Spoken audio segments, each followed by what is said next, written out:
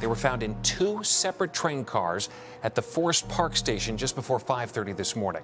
Train service was stopped, police lodged a massive investigation, and then we learned a suspect was captured. NBC5's Lexi Suter shares the chilling details tonight. Who wakes up one day and decides to commit acts of terror? What kind of man carries out such heinous acts? Today, we delve into the chilling story of Rhanni S. Davis and the tragic events that unfold on Chicago's Blue Line. It's a typical Monday morning in Chicago. Commuters rush to catch their trains, unaware of the nightmare about to unfold. This is a difficult way to start the newscast tonight with a ghastly crime that is truly hard to make any sense of. 4 people were shot and killed early this morning on a CTA Blue Line train. All 4 of them were sleeping.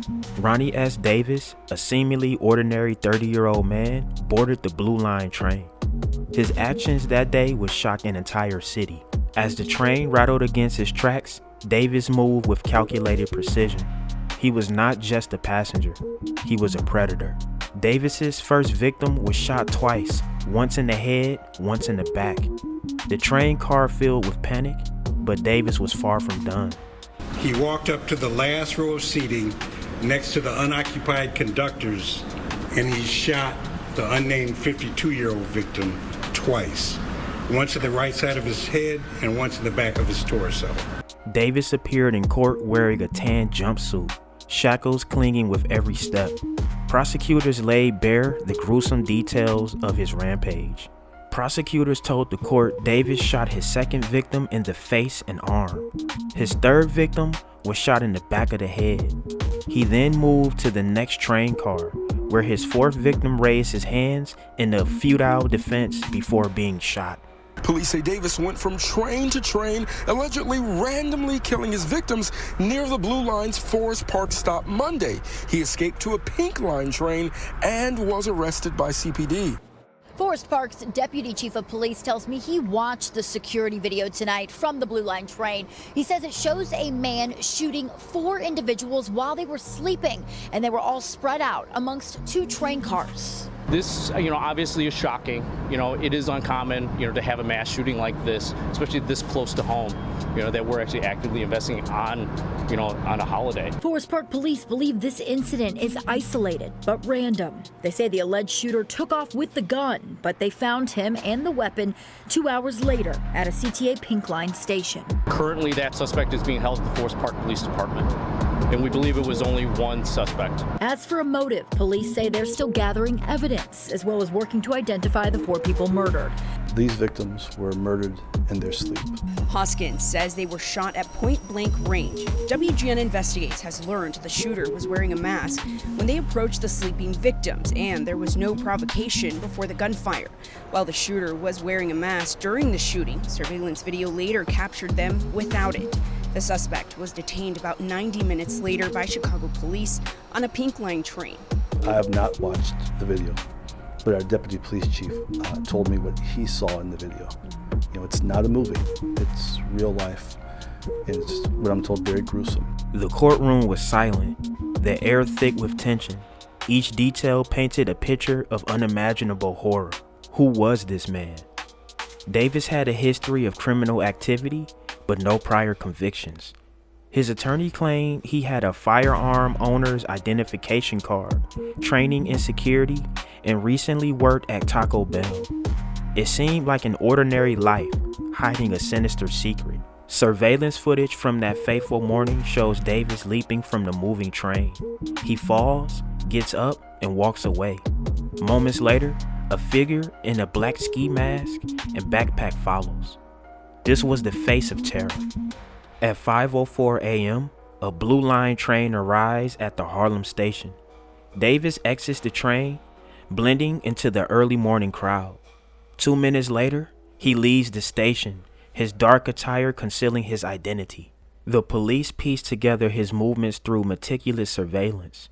The victims, 60-year-old Adrian Collins, 28-year-old Simeon Bihesi, 64-year-old Margaret A. Miller, and an unidentified man in his 50s. Their lives cut short in a senseless act of violence. The judge called these allegations absolutely horrific. Now, CTA's enhanced surveillance captured the suspect entering a train station around 4 a.m., then around 5 a.m. video from inside a train with the suspect now having a mask on allegedly shows him committing these very heinous acts. Surveillance video released today showing the suspect walking into a CTA train station. Another camera capturing a witness narrowly escaping gunfire, jumping to the platform with the train in motion. His clothing matched the clothing he had on earlier. The surveillance footage was instrumental in identifying Rhanni S. Davis as the suspect. The police recovered a Glock 43 9mm pistol, confirmed to be the weapon used in the shootings. Illinois State Police Crime Lab compared the recovered shell casings from the scene to the gun recovered from the defendant's person. The Blue Line spans 27 miles, connecting O'Hare International Airport to Forest Park. It weaves through neighborhoods, linking lives and stories. But on this day, it became a conduit for tragedy. If they had some type of sensors, so like if you had like guns or something that you weren't supposed to have, that it could be detected. Well, they have those sensors at certain stations, just not at this station. Not here, and we need it, definitely. AI technology activated last month is aimed to alert authorities in real time of guns brandished on the L, only at select stations though. Something this writer says needs to change. That would definitely make me feel more secure. Okay. Now, a CTA employee actually saw the suspect on the pink line and then alerted authorities. We also learned that a suburban police officer that was familiar with the suspect identified him from a surveillance video. Now, we do know that Davis will remain in custody. He was denied pretrial release. He'll remain in jail, now charged with 4 counts of murder. The impact of Davis's actions rippled through the community. Families were shattered and the city mourned. Memorials sprang up honoring the lives lost.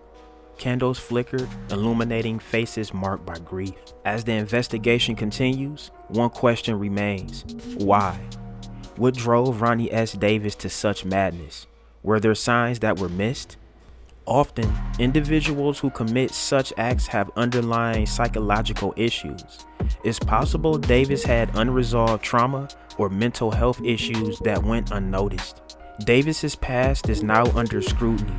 Disorderly conduct in 2020, 2 prior arrests dismissed. A man with a turbulent history, but no clear path to this horrific outcome. The police worked tirelessly, seeking answers. Every piece of evidence, every clue was critical in understanding the mind of a killer. The Blue Line continues its journey through Chicago, a lifeline for the city.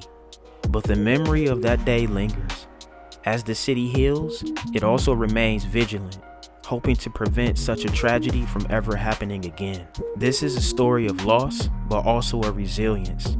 A reminder of the fragility of life and the strength of community united in the face of horror. The mayor of Forest Park says this crime is rare for his small community, but what's not rare is his police having to respond to issues on the trains. Over the last few years, our number of responses have increased exponentially, and so we're calling on our leadership, countywide, statewide, to invest more resources to support a small community like Forest Park and secure in this area. The CTA issued this statement, writing in part, although this was an isolated incident, this heinous and egregious act of violence should have never occurred, nonetheless on a public transit train. CTA will continue to work with local law enforcement as part of this ongoing investigation. It's a horrible situation. You know, it's definitely something that you don't want to wake up to. You know, it's a Monday morning on a holiday.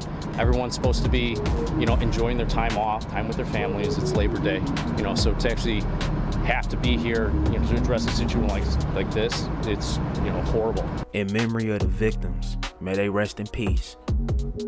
Alright, gang, there y'all have it. That's been the story of the Chicago Blue Line shooter, man. Another crazy story. Get in the comment section, man. Let me know what y'all think. Hey, you already know what it is. Drillers and trappers. We out here trapping and drilling 247. Don't go nowhere. Watch that next video. Gang!